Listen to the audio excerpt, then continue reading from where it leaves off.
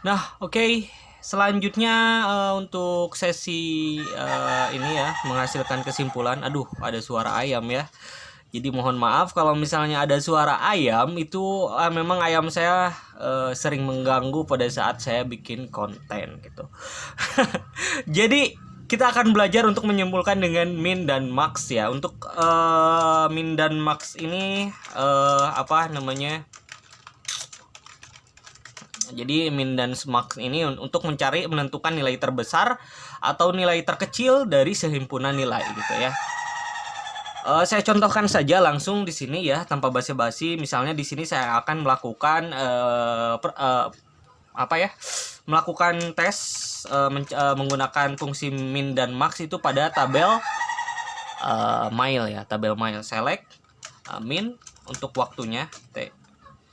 Oke, kita cancel dulu sistem clear map. Saya ulangi ya. Select from tabel from mile, bukan tabel mile. Nah, oke, jadi saya akan mencari nilai tercepat.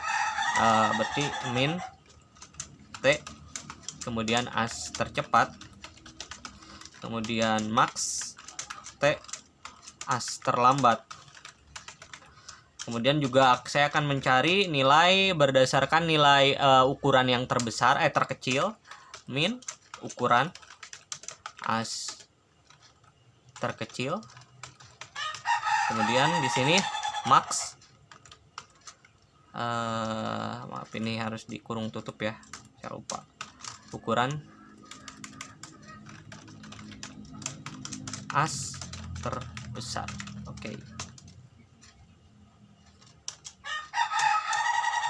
From mile. Oke, jadi di sini yang tercepat itu ada di tanggal 13 sama, dan yang terlambat juga ada tanggal 13 pukul 12, yang tercepat itu pukul 10, yang terkecil ukurannya adalah 271 dan yang terbesar adalah 239.238. Nah, jadi apa ya? Itu ini intinya seperti itu ya, min dan semak itu dia itu mencari ukuran terkecil dan terbesar. Nah, sebenarnya untuk min dan max itu nggak harus berupa angka ataupun waktu ya dia. Nah, si min dan max ini sebenarnya juga bisa menghitung nilai terban dan terakhir secara leksikal. Jadi misalnya kalau misalnya dia diterapkan pada kolom sebuah kolom untuk nama urutan tertentu dengan alfabet, dia itu akan bisa mengurutkan secara leksikal. Misalnya di sini saya punya tabel provinsi. Ya, kayak sistem clear dulu. Select from provinsi. Nah, misalnya saya ingin mencari atau apa menemukan hasil ataupun ini dari sehimpunan data berdasarkan nama gitu ya. Select apa namanya, min min nama, kemudian max nama.